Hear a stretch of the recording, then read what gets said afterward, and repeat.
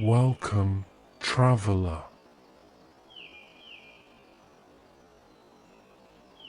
You have found your way to a place of stillness, nestled deep within the silver shadows of Whitefang Peak. Tonight, the world outside is fading away. The noise of the day is softening, and the air around you is turning cool and quiet, like the first snowfall in a sleeping forest. You are safe here. As you settle beneath your blankets and let your breath find its own slow, natural rhythm, we begin a journey into a land of ancient glacier and eternal hearts. Tonight, we follow the story of Elena and Garrett, two souls whose love is the fire that keeps the winter at bay. So, close your eyes, let go of the world you know, and let the mountain's breath guide you into a deep and peaceful rest. Your story begins now. Part 1: The Breath of Whitefang Peak. Close your eyes. Imagine the world as it exists just before the sun breaks the horizon. It is a world of silver and deep indigo, where the only sound is the slow, steady exhaling of the mountain itself. This is Whitefang Peak. On these slopes, the air is so cold it feels like a physical presence, a bracing embrace that makes you feel truly alive. Moving through this stillness is Elena. She walks with practiced silence, her silver violet magic humming softly beneath her skin, a gentle warmth that keeps the frost at bay. A few paces behind her is Garrett. He is the half to her twilight. A man whose amber eyes hold the warmth of a summer afternoon. Even after 8 years of walking this mountain together, they move in a perfect, unspoken rhythm. Their footsteps in the snow are a duet, a conversation without words. Today, the mountain is restless. Elena feels a shimmer in the air, an ice wraith, a fragment of the mountain's ancient dreams that has wandered too far. But there is no fear here. Elena raises her hand, and Garrett pauses instantly, his hand resting lightly on the hilt of his sword. Together, they begin the dance of protection. It is not a battle of violence, but a ritual of restoration. Elena draws her bow, her magic trailing like a silk ribbon of violet light through the air. Garrett moves to her side, his flame magic glowing a soft, comforting amber. When the wraith appears, a shifting, translucent form of mist, they don't strike it down. They surround it with their combined light. The violet and amber weave together, a cocoon of warmth that soothes the wraith's jagged edges. With a sound like the chime of 1,000 glass bells, the creature dissolves into a shower of glittering crystals that fall to the snow like diamonds. The mountain is quiet again. Elena lowers her bow, and the silver-violet light dims to a soft glow. Garrett steps closer, his large, calloused hands finding her waist.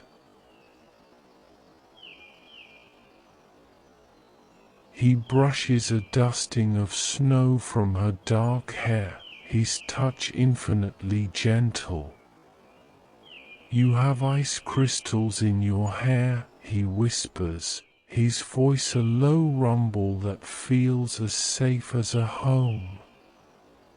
Elena smiles, tracing the line of his jaw. In this moment, the cold of the peak doesn't matter. There is only the rhythm of their breathing and the absolute certainty that they are exactly where they are meant to be.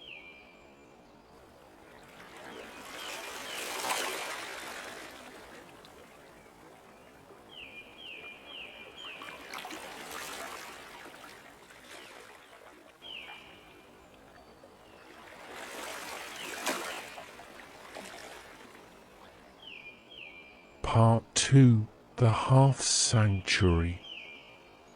As the sun climbs higher, painting the glacier in shades of rose and gold, Elena and Garrett begin the trek back to their sanctuary. Their cabin sits nestled at the base of the peak, a small haven of cedar and stone that smells of lavender, old parchment, and wood smoke. Opening the heavy oak door is like stepping into a warm embrace. The fire Elena banked before dawn is still glowing, a heart of embers waiting to be awakened. While Garrett sheds his heavy winter gear, Elena moves through the room with a scholar's grace. She stokes the fire with a flicker of her magic, watching the flames dance and stretch. The cabin is a reflection of their shared life. On one side, Elena's desk is a sea of ancient texts and carefully labeled mountain flora. On the other, Garrett's tools are laid out with military precision, the leather of his gear worn and soft from years of use. In the center sits their bed, a place of rest and soft whispers that has seen 8 years of their shared dreams. Garrett approaches her as she stands by the hearth. He doesn't say anything, he simply wraps his arms around her from behind, pulling her back against the solid warmth of his chest. Elena lets her head rest against his shoulder, closing her eyes and listening to the rhythmic pulse of his heart. This is their quiet language. It's the way his thumb traces the scar on her arm with reverence, or the way she leans into his strength without hesitation. There is no need for the outside world here, no town councils, no restless mists. There is only the scent of the tea brewing on the stove and the profound comfort of being completely known by another soul. "We have time," Garrett murmurs into the curve of her neck. "All the time in the world," she agrees. Together, they sit by the fire, letting the warmth seep into their bones as the morning light creates patterns on the floor. For now, the mountain is still, and they are home.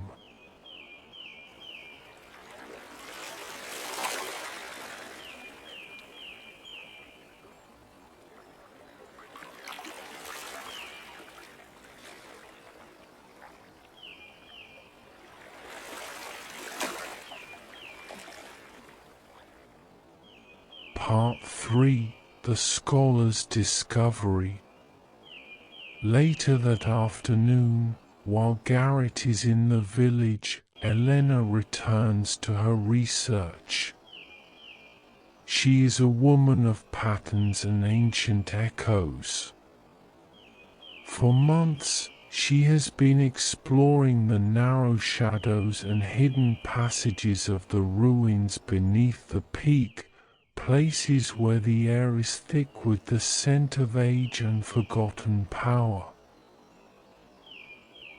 She recalls the day she found the entrance, a mere fracture in the rock face that seemed to pulse with a silver-violet light that matched her own. Inside, the walls were covered in a script that predated the town of Whitefang by millennia. Her fingers trace the yellowed pages of her notebook as she sits in the quiet cabin. She has been translating a specific ritual, the rite of eternal binding. It is a piece of magic so deep and so old that it feels more like a law of nature than a spell. The text describes a merger, two souls of equal strength and unwavering devotion coming together to become a single, unified consciousness. It speaks of a life where a part ceases to have meaning. All thoughts shared. All memories unified.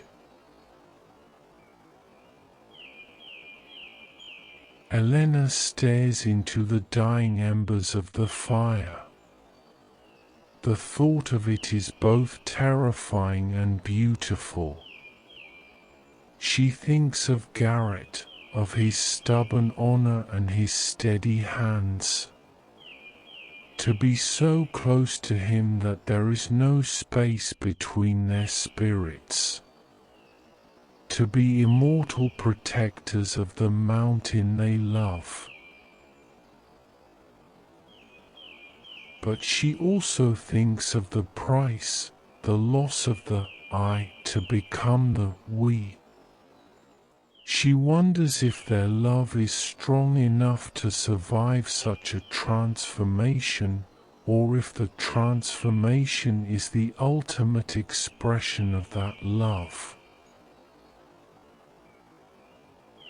A soft wind rattles the window pane, a reminder of the cracking glacier high above.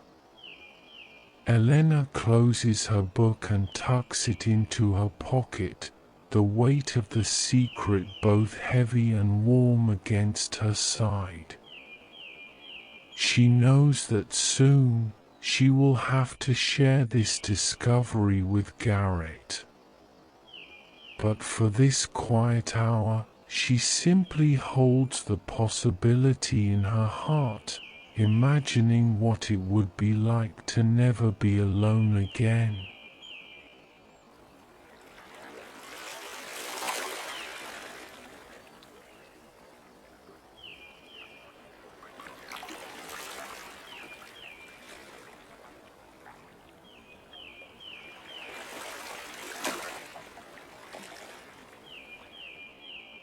Part 4: The village in twilight. The sun has dipped behind the jagged spine of Whitefang Peak, leaving the world in the blue hour, that magical time when the snow turns a deep, ethereal violet and the sky is the color of a fading bruise. Elena and Garrett walk hand in hand down the winding path from their cabin toward the village of Whitefang. There is no rush in their step. The air is still, and the only sound is the rhythmic crunch of their boots against the fresh powder. Garrett's hand is large and warm, a steady anchor for Elena as they navigate the steeper bends of the trail. As they descend, the village reveals itself, nestled in the bowl of the valley like a collection of glowing amber jewels. These are the people they protect. These are the lives woven into the fabric of their own. They reach the edge of the village just as the lamplighter begins his rounds. He is an older man, his movements slow and deliberate. As he touches his long wick to the oil lamps, a warm, golden glow spills across the cobblestones. He nods to them, a gesture of deep respect and quiet affection. He knows that as long as the guardians are walking these streets, the night will remain kind. Elena breathes in the scent of the village at twilight. It is a tapestry of home, the sharp, resinous smell of pine needles, the sweet aroma of yeast and baking bread from the communal ovens, and the faint, metallic tang of the forge as the blacksmith cools his evening fires. They walk through the central square, where a large fountain of carved ice stands. Even in the dimming light, it sparkles. Elena pauses, letting her hand brush against the frozen surface. She feels the mountains pulse here, a low, humming vibration. She sends a tiny thread of her silver violet magic into the ice, a silent blessing of stability and strength to the foundations of the town.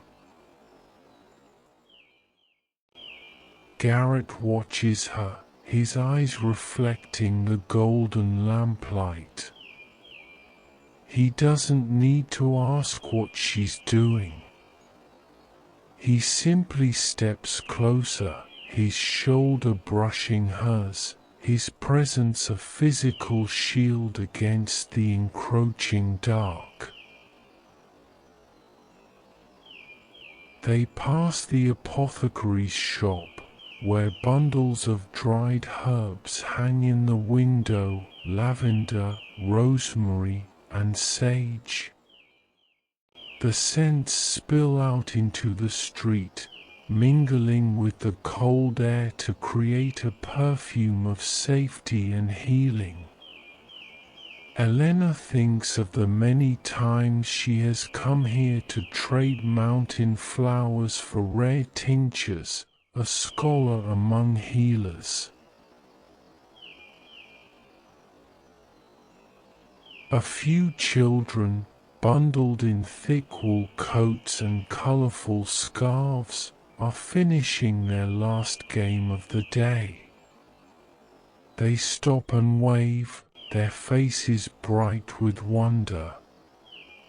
To them, Elena and Garrett are figures of legend, but to Elena, they are the reason for every sacrifice.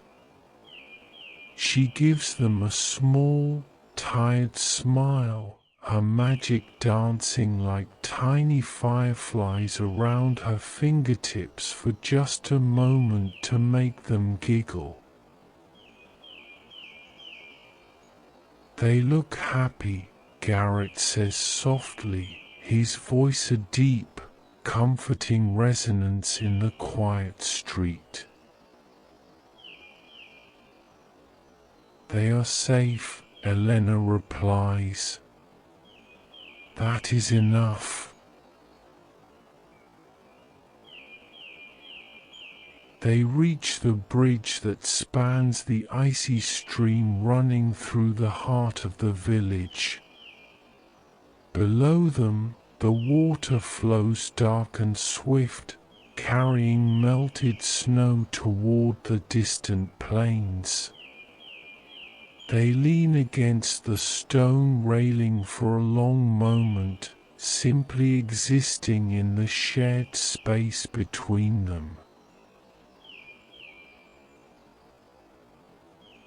The frost tyrant, that ancient, restless chill that sleeps deep within the mountain, feels far away tonight.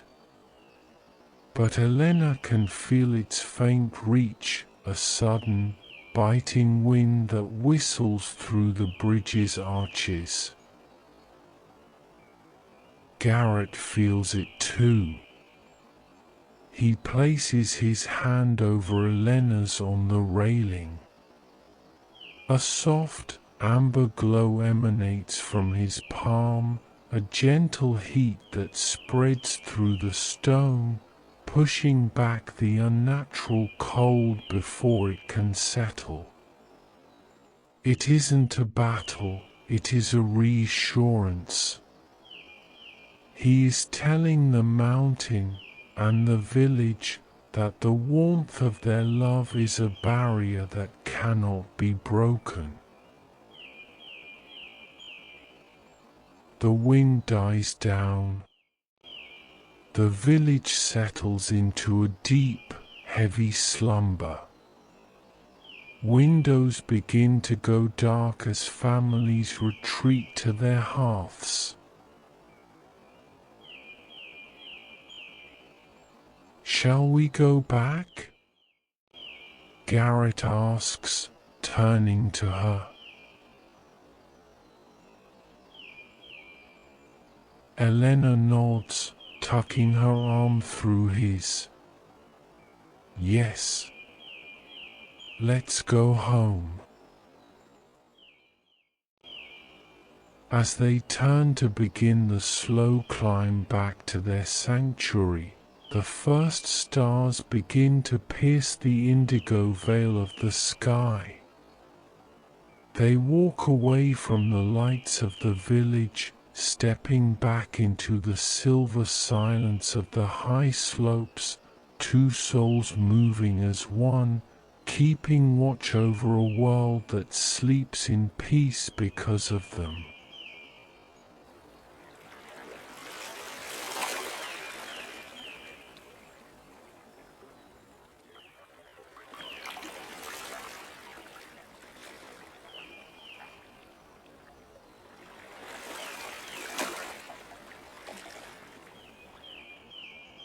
Part 5, Echoes of the Past.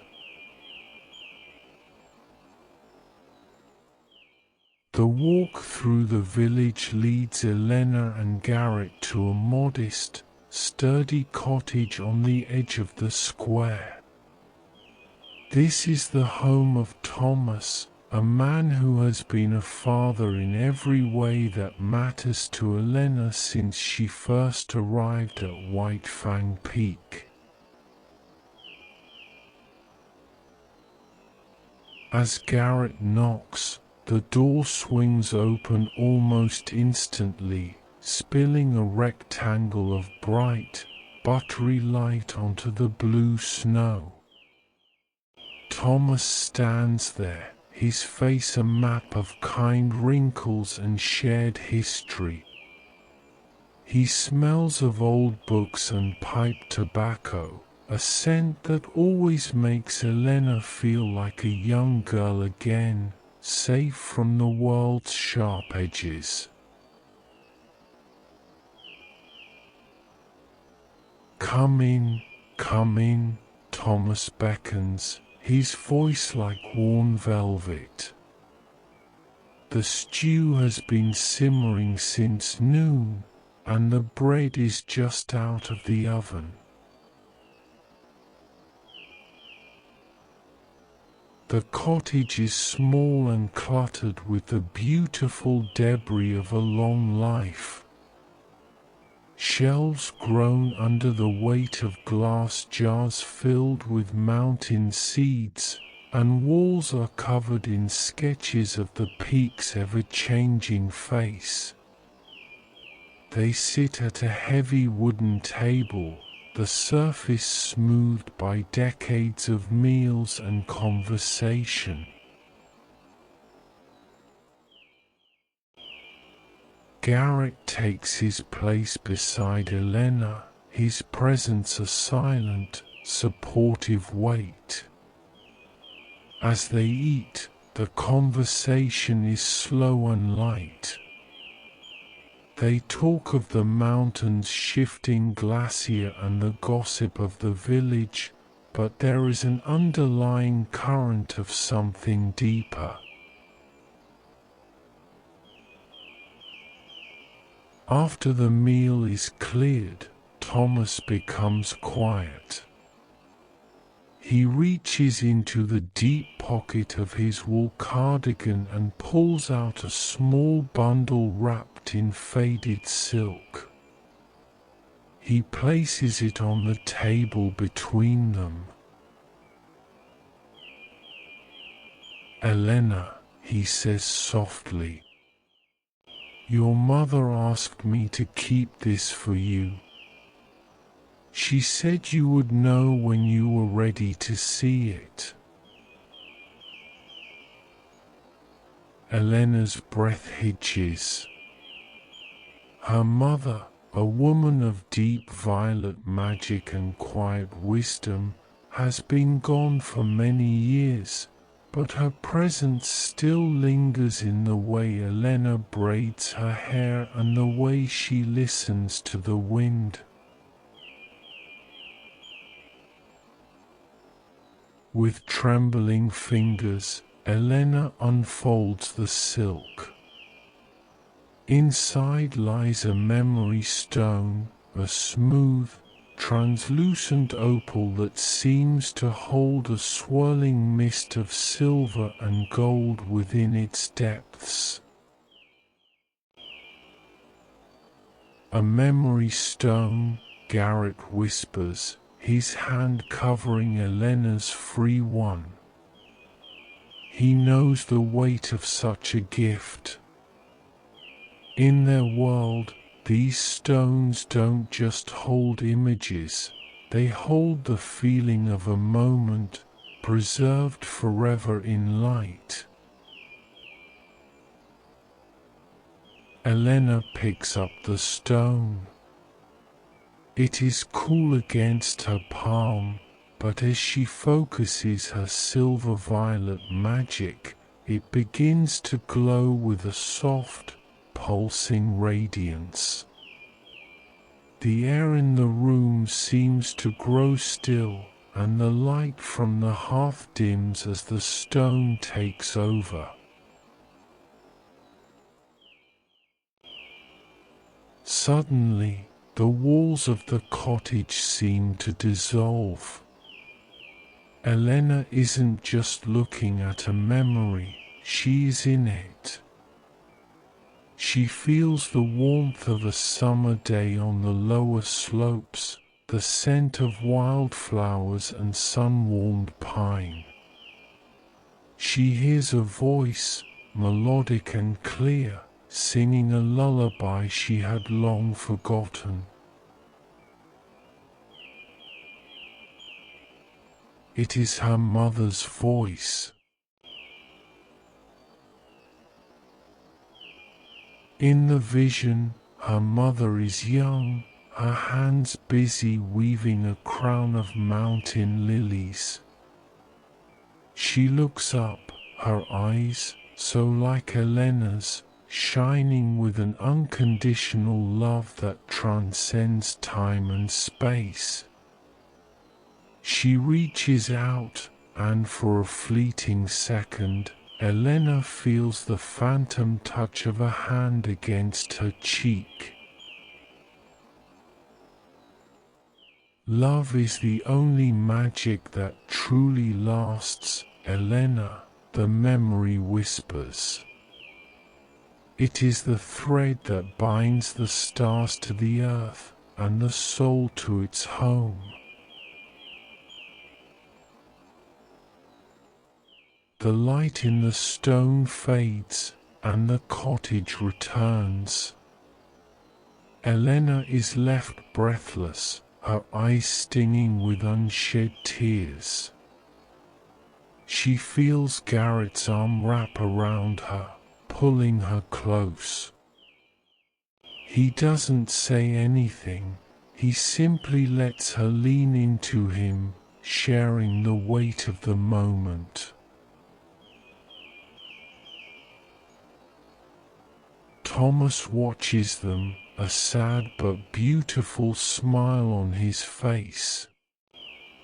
He sees the way they hold each other, two guardians who give so much to the mountain, finally receiving a piece of themselves back. She knew, Elena says, her voice thick with emotion. She knew about the right. She knew I would eventually seek a way to stay with the one I love forever. Garrett kisses the top of her head.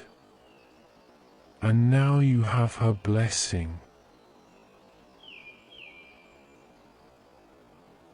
They stay a while longer, sipping tea in a comfortable silence that feels like a prayer. When it is finally time to leave, the night air feels different, less like a challenge to be met and more like a vast, starlit garden they are privileged to walk through. As they climb back toward their cabin, the memory stone tucked safely against Elena's heart, the mountain feels smaller, more intimate. The frost tyrant may be ancient and cold, but as Elena looks at Garrett, she knows they carry a fire within them that no winter can ever extinguish.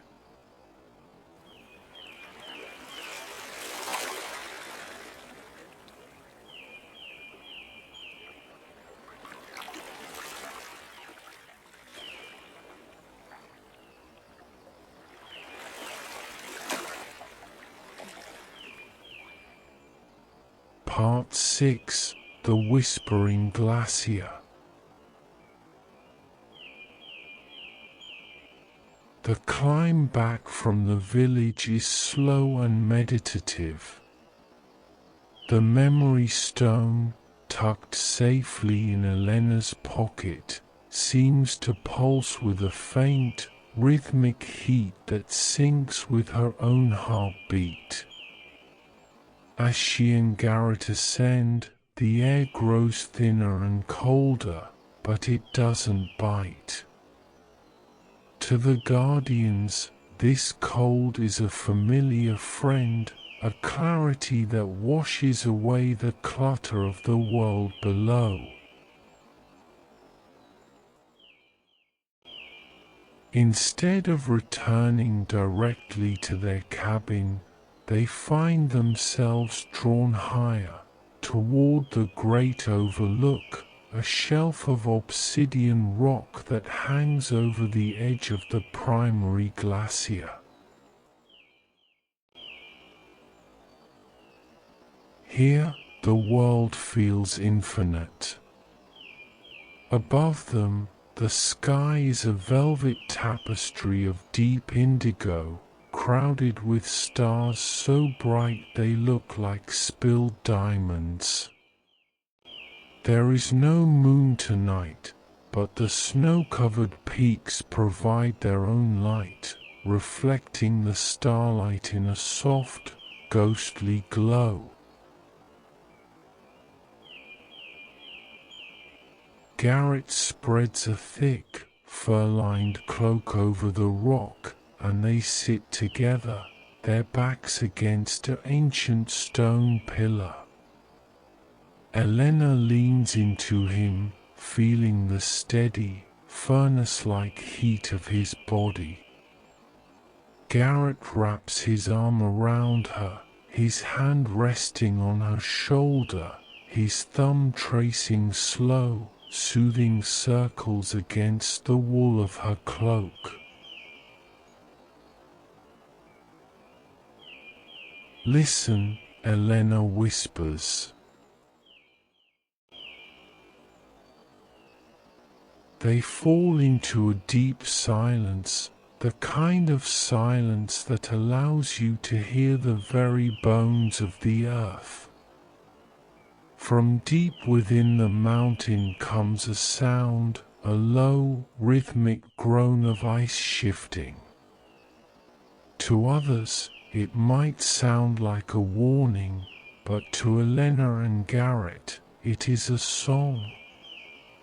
It is the mountain breathing. The frost tyrant, the ancient force that dwells within the peak, feels very present here.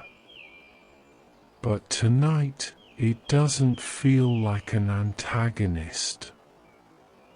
It feels like a lonely sentinel, a consciousness that has been cold and solitary for eons. Elena closes her eyes and expands her silver-violet magic. She doesn't push, she simply lets it drift outward like a mist, touching the surface of the glacier. She feels the mountain's restlessness, the way the ice yearns for the sun, and the way the stone remembers the heat of the earth's core.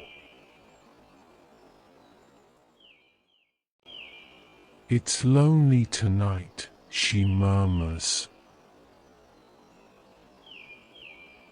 Garrett nods, his own amber magic humming softly. He projects a sense of peace, a steady, unwavering warmth, into the rock beneath them. "It's been a guardian longer than we have," he says, his voice a low, grounding rumble. "It just needs to know it isn't the only thing awake in the dark." Together, they engage in a silent dialogue with the mountain. They aren't fighting the chill, they are acknowledging it. They are two small flickers of warmth in a vast, frozen world, offering their presence as a bridge. As they sit there, the stars seem to descend, drawing closer until it feels as though they are floating in the center of the galaxy. Elena pulls the memory stone from her pocket and holds it up. The starlight catches the opal, and for a moment, the silver violet of the stone and the gold white of the stars become indistinguishable. The vision of her mother's love from earlier tonight mingles with the vastness of the mountain. Elena realizes that her love for Garrett is exactly like this glacier, ancient, powerful, and capable of shaping the very landscape of their lives. Garrett turns his head, kissing her temple. His breath is warm against her skin, a stark contrast to the freezing air. "You're thinking about the right again," he says softly. It isn't a question.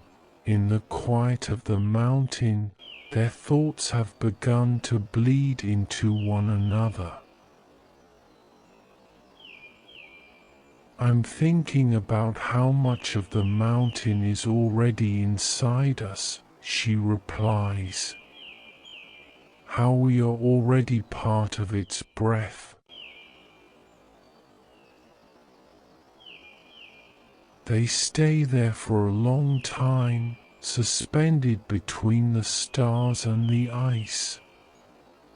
The quiet language between them is no longer just about touch or glances, it is becoming a shared frequency. Every breath Elena takes, Garrett seems to take as well. The rhythm of their hearts begins to sync with the low thrum of the glacier. The restlessness of the mountain begins to fade, soothed by their combined presence.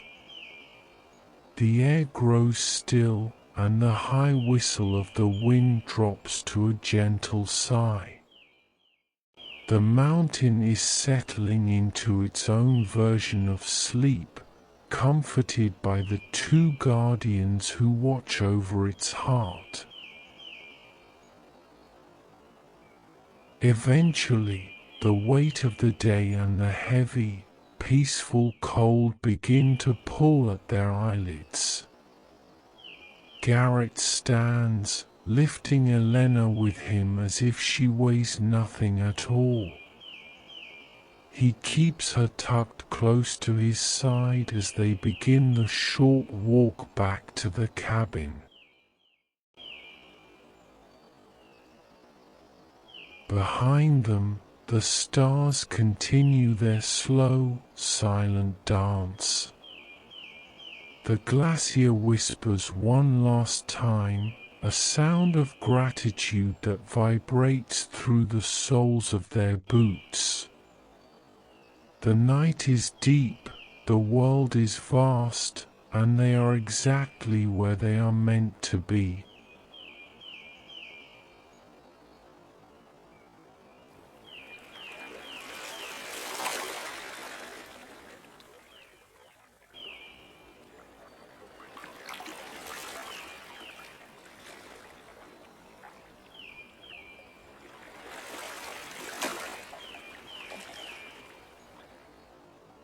Part 7. The Conversation of Souls. The cabin is bathed in the amber glow of the hearth as the night deepens. Outside, the world is a vast sea of indigo and silver, but inside, the air is thick with the scent of cedar, lavender, and the lingering warmth of their shared history. Elena and Garrett are settled on the thick rug before the fire, a tangle of limbs and soft wool blankets. This is their sanctuary, the place where the masks of guardians are set aside, and they are simply two souls finding rest in one another. Elena reaches into the pocket of her robe and pulls out the ancient leather-bound journal she has been studying. Beside it, she places the memory stone Thomas gave her. The stone pulses with a soft, violet light that matches the rhythm of her own magic. "Garrett," she begins, her voice barely a whisper, a gentle ripple in the cabin's silence. "I found something in the ruins. Something I think we were meant to find." Garrett shifts, pulling her closer so her back is against his chest. He rests his chin on her shoulder, his eyes following her finger as she traces the elegant, ancient script on the yellowed pages. He doesn't interrupt, he simply waits, his presence a steady, unwavering anchor. "It's called the rite of eternal binding," Elena continues. She explains the ritual not as a spell of power, but as a commitment of the spirit. She speaks of the way two souls can weave together, losing the boundaries of me and you to become a singular, eternal us. She tells him about the price, how they would leave their physical limitations behind to become the mountain's true heart. How they would feel each other's thoughts as clearly as their own. How they would never, for as long as the stars burn, have to face the dark alone. As she speaks, the firelight dances in Garrett's amber eyes. He listens with his whole being, feeling the weight and the beauty of her words.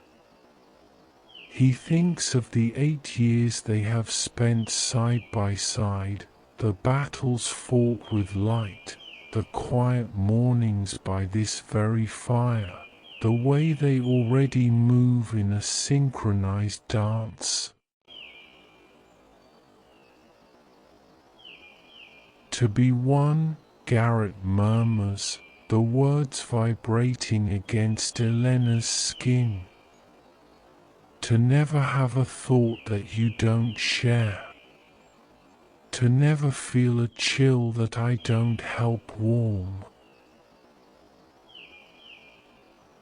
Elena turns in his arms to look at him. "It means we would be the guardians forever, Garrett. We would stay here, protecting the village, soothing the frost tyrant, until the mountain itself turns to dust. But we would do it as one soul."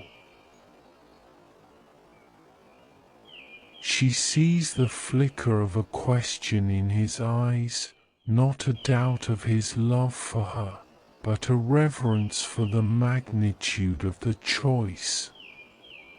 To give up the individual self is the ultimate sacrifice, but to Elena, it feels like a homecoming. "My mother knew," she adds softly, touching the memory stone. "The vision she left, it wasn't just a memory. It was a guide. She knew that our love was a bridge and that this rite was the destination."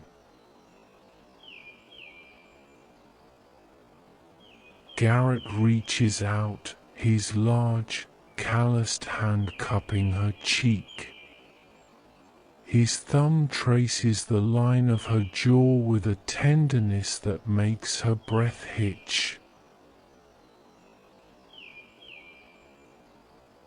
I have spent my life protecting things, Elena, he says, his voice a low, melodic rumble. The borders, the village, the mountain. But my greatest honor has always been protecting the space between us. If this right means that space disappears, that we become the very thing we protect, then there is no other path I want to walk. The magic in the room seems to respond to his words. The silver-violet light from the stone and the amber glow from the hearth begin to swirl together, creating a soft, iridescent mist that clings to their skin. It is a preview of the union to come, a gentle, non-physical embrace that feels more intimate than any touch. They don't need to decide tonight. The mountain is patient, and the right requires a clarity of heart that comes in the quiet hours of reflection. But the seed has been planted. Garrett pulls the blankets up around them, tucking Elena's head beneath his chin. They lie there for a long time, watching the embers of the fire slowly fade from bright orange to a deep, sleepy red. "I love you," Elena whispers into the warmth of his chest. "I am you," he replies softly, his words a promise that transcends the present moment. The cabin grows still. Outside, the frost tyrant lets out a long, low moan of wind, but it sounds less like a threat and more like a sigh of anticipation. The Guardians are coming to a realization that will change everything, and for tonight, the mountain watches over them as they sleep, two hearts beating in a slow, perfect, and peaceful unison.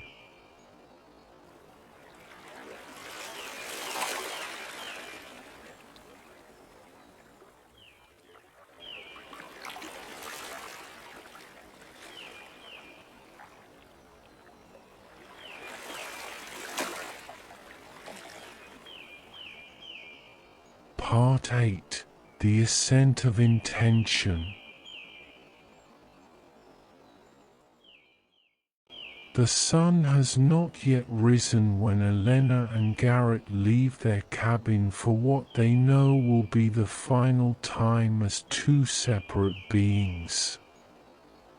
The air is a deep, crystalline blue, and the stars are starting to pale in the face of the coming dawn. There is no sadness in their departure, only a profound, quiet readiness.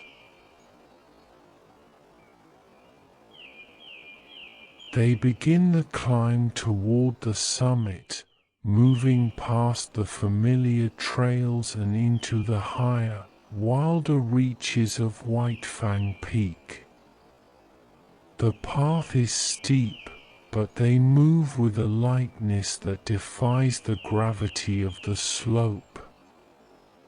Every step is an act of intention. As they climb, the world below begins to fall away. The village of Whitefang is hidden beneath a blanket of morning mist, a soft sea of white that isolates the guardians in their own private world of ice and stone. They are leaving the world of men and entering the world of the mountain. Elena leads the way, her silver-violet magic acting as a lantern in the dim light. She can feel the ancient ruins calling to her, not as a cold tomb, but as a living, breathing space. The mountain itself seems to be smoothing the path for them. The winds that usually howl across these ridges have dropped to a respectful whisper. Garrett follows close behind, his hand often reaching out to steady Elena at a narrow pass, though his touch is more about connection than necessity. He carries the memory stone in a pouch at his belt, its warmth radiating through his layers, a constant reminder of the lineage of love they are carrying forward. They reach the entrance to the hidden sanctum, a fissure in the rock face that glows with a faint, iridescent light. As they step inside, the temperature changes. It isn't warm, but the biting chill of the exterior is gone, replaced by an air that feels charged, as if the very molecules are vibrating with ancient songs. The tunnel leads them deep into the heart of the peak. The walls are translucent ice, and within the ice, Elena sees reflections of their journey, flickers of their first meeting, their wedding under the mountain stars, the many times they stood back to back against the storm. "Do you hear it?" Elena asks, pausing in a gallery of frozen stalactites. Garrett closes his eyes. The mountain's heartbeat. It's faster today. It's waiting for us, she says softly. They reach a massive archway carved from the living stone of the mountain's core. Beyond it lies the great chamber, the place where the rite of eternal binding was first performed by the guardians of old. The floor is a mosaic of polished obsidian, and at the center, a circle of ancient runes begins to glow as they approach. There is a majesty here that is overwhelming, yet it feels as welcoming as their own hearth. They stand at the threshold, hand in hand, looking out at the vast, hollow space filled with floating motes of silver light. "Once we cross this line," Garrett says, his voice echoing softly against the ice, "everything changes. We won't just be husband and wife. We will be the mountain. We will be the wind. We will be one." Elena turns to him, her green eyes bright with a love that has been purified by the journey. She reaches up, her fingers grazing the scruff of his jaw. I have loved you in the sun, Garrett. I have loved you in the snow. Now let us love each other in the light of forever. They take a breath in perfect unison, one long, steady draw of the mountain's thin, sweet air. Then, together, they step through the archway and into the chamber of light. The world outside, the village, the cabin, the separate lives they once led, fades into a soft, distant memory. There is only the glow of the runes, the warmth of their joined hands, and the vast, beautiful silence of the heart of the mountain, waiting to receive them.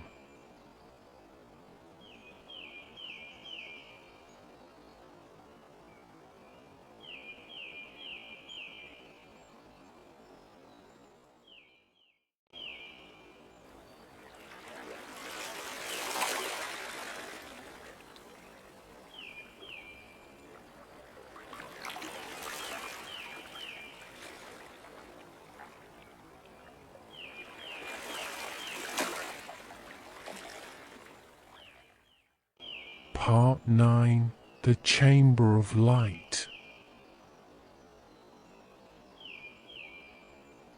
The great chamber at the heart of Whitefang Peak is a cathedral of ice and starlight. As Elena and Garrett step further into the space, the air becomes luminous, filled with tiny, floating motes of silver that drift like slow-motion snow.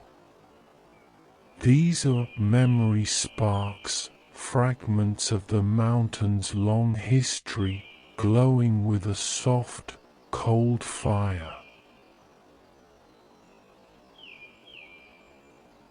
In the center of the obsidian floor lies the binding circle. It is not drawn in chalk or ink, but etched into the stone itself, glowing with a steady, pulsing violet light that seems to beat in time with the mountain's core. The runes are ancient, their meanings felt rather than read, symbols of unity, eternity, and the shedding of the singular self. Elena walks to the edge of the circle, her silver-violet magic rising to meet the glow of the floor. She feels a deep sense of recognition.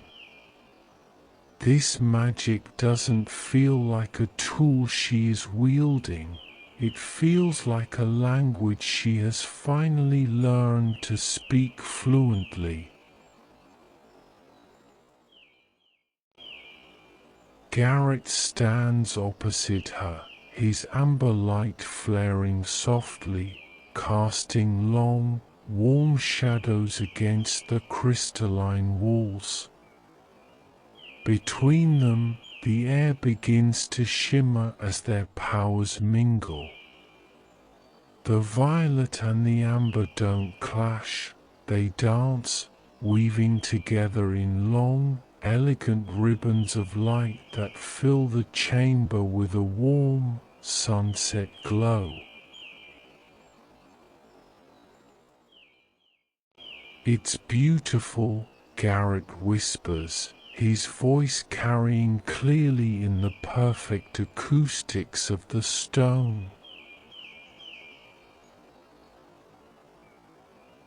"It's the beginning," Elena replies. They begin the preparation. This is not a ritual of complex gestures, but of shared focus. Elena takes the memory stone from its silk wrapping and places it at the center of the circle. As the stone touches the obsidian, the light in the room intensifies. The vision of her mother, the sense of the village, and the sounds of the mountain all begin to swirl around them, creating a vortex of peaceful energy. They aren't just standing in a room, they are standing in the center of their own shared life. Elena sees the moments of their marriage, the small kindnesses, the shared meals, the way Garrett looks at her when he thinks she isn't watching, all rendered in brilliant, flickering light. Garrett reaches out his hands, palms up. Elena places her hands in his. The contact is electric, but not jarring. It is a slow, deepening warmth that starts at their fingertips and moves toward their hearts. They begin to breathe in a specific pattern, long, slow draws of air that sync their heartbeats. 1, 2, 3. With every breath, the walls of the chamber seem to recede, and the ceiling opens up to a sky that isn't made of rock, but of pure, infinite starlight. The frost tyrant's presence is here too, but it is no longer a chill. It is a witness. The ancient force of the mountain is leaning in, watching as its two most faithful protectors prepare to become its very soul. Are you ready? Elena asks, her voice sounding both near and far, as if she is already beginning to merge with the air itself. Garrett's grip on her hands firms, a final anchor to the physical world. I have been ready since the day I met you, Elena. Let's go home. The runes beneath their feet flare with a blinding, yet soft, white light. The quiet language between them reaches a crescendo, a silent shout of love and devotion that echoes through the mountain's roots. They close their eyes, letting the light take them, as the boundaries of their bodies begin to soften and blur into the radiance of the chamber.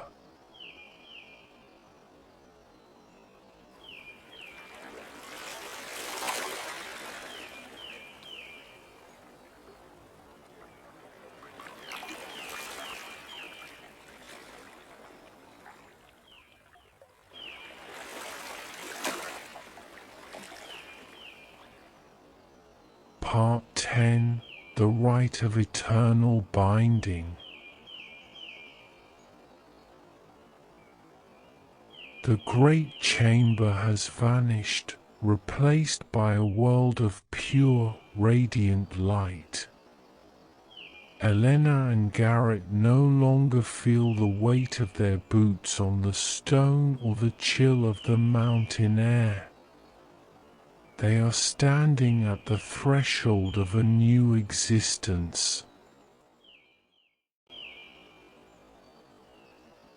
As the rite begins, the silver-violet light of Elena's magic and the warm amber of Garrett's flame don't just touch, they begin to braid. Imagine two colors of ink dropped into clear water, swirling around one another, dancing in slow, elegant loops. This is the weaving. Elena feels Garrett's memories beginning to brush against her own. She sees the mountain through his eyes, the way he admires her strength from afar, the quiet pride he feels when he sharpens his sword, the deep, grounding love he has held for her since their very first day. It isn't like reading a book, it is like becoming the memory. Garrett, in turn, feels Elena's vast, scholarly mind.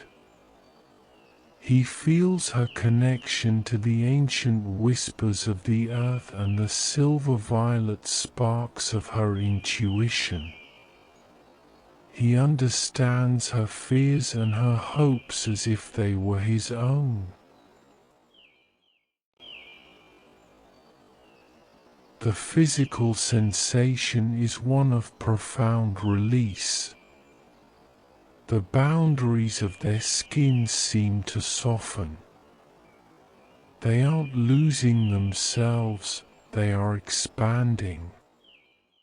It is the feeling of a long-held breath finally being released.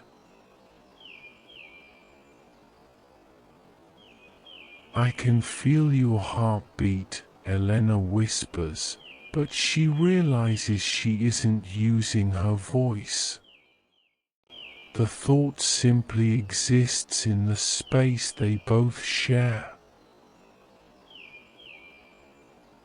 It's our heartbeat now, Garrett replies within the silence of their merged mind. In the center of the chamber, the memory stone shatters, but it doesn't break into pieces. It dissolves into a cloud of stardust that settles over them, anchoring their spirits to the mountain. This is the sacrifice, the giving up of the I to protect the all. The light reaches a crescendo, a soft, white gold brilliance that feels like a warm sun on a spring morning. There is no pain, only a sense of overwhelming peace. Every doubt they ever had, every moment of loneliness, is washed away by the tide of their combined love. They are becoming the guardian. Not two people standing together, but one consciousness inhabiting two forms. They feel the mountain's roots deep in the earth and its peaks high in the stars.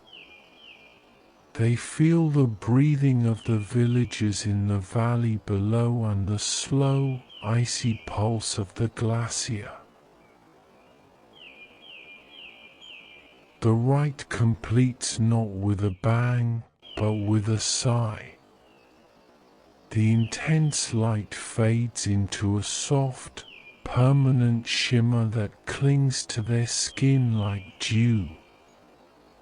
They open their eyes, for eyes seeing one world. They look at their joined hands. They are still there, still physical, but the connection between them is now an unbreakable tether of light. They have crossed the bridge. They are unified. They are eternal. And for the first time in the history of Whitefang Peak, the mountain is no longer lonely. The Guardian takes their first breath, a single, synchronized inhalation of the sacred air. The transformation is complete.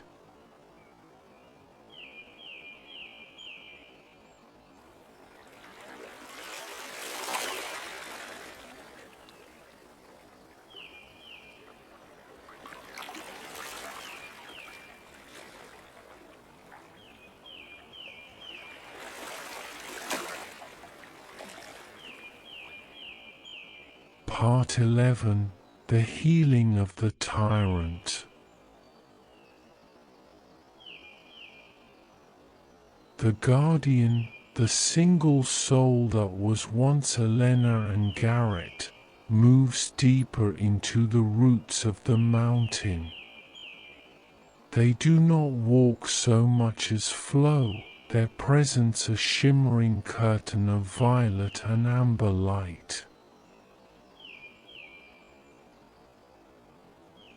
Before them, in the lowest cavern where the ice is as old as the stars, dwells the frost tyrant. In the stories told by the villagers, the tyrant is a monster of jagged glass and killing frost.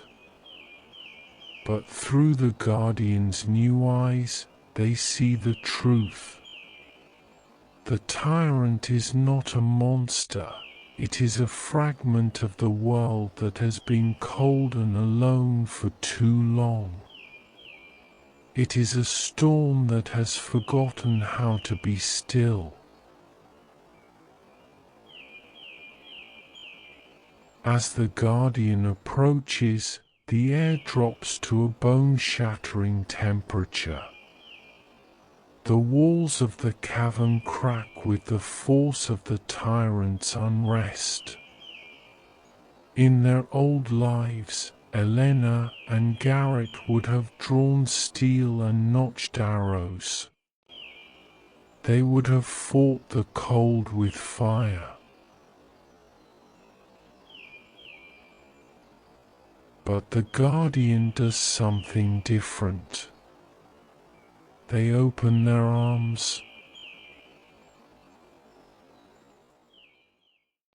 We see you, the Guardian's voice echoes, a perfect harmony of Elena's melody and Garrett's resonance. They begin the embrace of unity. Instead of striking, they project the feeling of the hearth fire in their cabin.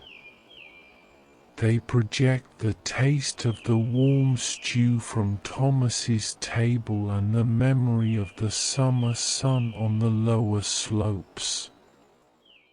They offer the tyrant the one thing it has never known, companionship. The silver-violet magic of the scholar and the amber flame of the warrior weave together, forming a golden halo that expands to fill the cavern. As the warmth touches the jagged ice of the tyrant, the creature doesn't shatter. It begins to soften. The sharp edges of the frost melt into smooth, rounded curves. The screaming wind of the cavern drops to a low, rhythmic hum. The Guardian moves closer, stepping into the very center of the tyrant's chill. They wrap their unified light around the ancient force, whispering words of peace that vibrate through the very stone of the mountain. The winter is over, the guardian whispers. You are no longer alone. We are the heart of this mountain now, and we will keep you warm. A great shudder runs through the peak, not an earthquake of destruction, but a release of tension. The deep, heavy thrum of the glacier changes frequency, becoming a steady, peaceful pulse. The tyrant's cold doesn't vanish, but it loses its sting. It becomes the cradle chill, the kind of cold that invites a deep, restorative sleep. The guardian feels the tyrant's gratitude, a slow, icy ripple of recognition. The ancient force retreats into the deep foundations of the earth, no longer a threat to the village, but a silent partner in the mountain's protection. The cavern is now filled with a soft, bioluminescent glow. The guardian stands in the silence, feeling the harmony they have restored. The mountain is balanced. The fire and the frost have found a way to coexist. They turn their gaze upward, looking through layers of rock and ice as if they were clear glass. They see the stars fading and the first light of a new dawn touching the summit. The world is waking up to a morning of absolute peace. The guardian smiles, a single expression shared by two faces. The greatest battle they ever faced was won not with a sword, but with a heart that was large enough to hold the entire mountain.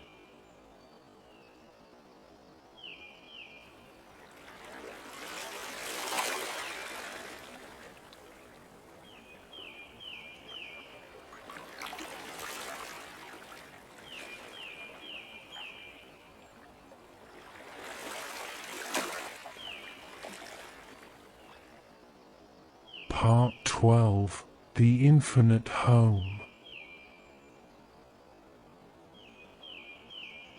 The sun has fully risen now, but for the guardian of Whitefang Peak, time has begun to move differently. The morning light doesn't just hit the snow, it seems to glow from within it. The transition is complete. The battle is over. The mountain is still.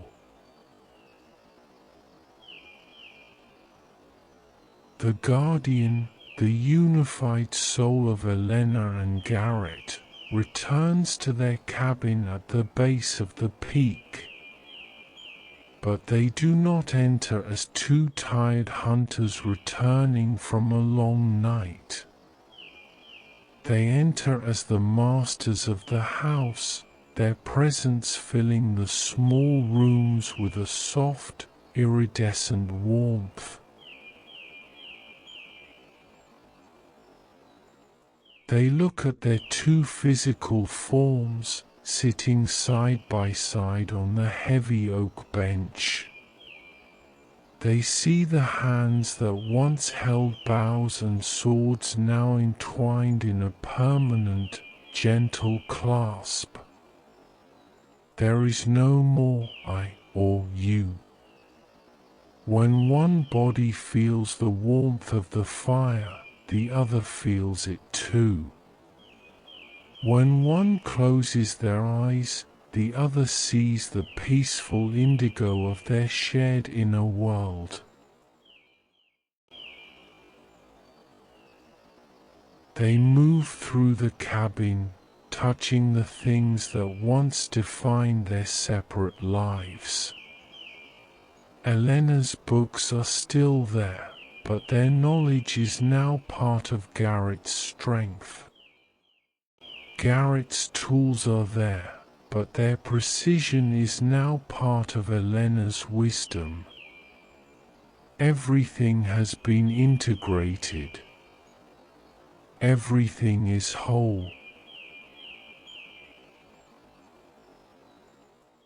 They step back outside one last time to look at the village. From this height, they can see the townspeople going about their morning routines. They see the smoke from the bakery, the children playing in the square, and the elderly lamplighter heading home to rest. The guardian feels a deep, paternal love for them all. They are no longer just protectors, they are the mountain itself, the very foundation upon which the village rests. We have forever now, the guardian thinks, the thought echoing through their shared consciousness like a gentle bell. Literand forever. They think of the years ahead. They will watch the seasons change from a perspective no mortal can understand. They will watch the glacier grow and recede. They will guide the young mags of the village and soothe the restless spirits of the ice. They will be the whisper in the wind that tells the lost traveler which way to turn. But mostly, they will simply be. They return to the bed, the place of 8 years of dreams. They lay their two bodies down, the movements perfectly synchronized, a mirror image of peace. They feel the weight of the blankets, the scent of the lavender pillows, and the steady, rhythmic thrum of the mountain beneath them. The frost tyrant is asleep in the deep dark. The village is safe in the light, and the guardian is home. Together, Elena's part of the soul whispers. Always together, Garrett's part answers. The boundaries of the room begin to fade. The walls of the cabin dissolve into the vast, starry expanse of the mountain night. They are floating in a sea of violet and amber light, a constellation of two stars that will never drift apart. The breathing slows. 1, 2, 3. The heartbeat of the mountain and the heartbeat of the guardian become one single, slow, silver pulse. The world is quiet. The story is told. There is nothing left to do but rest in the absolute certainty of a love that has conquered time itself. Sleep now, as the mountain sleeps, safe, protected, unified, eternal. Home.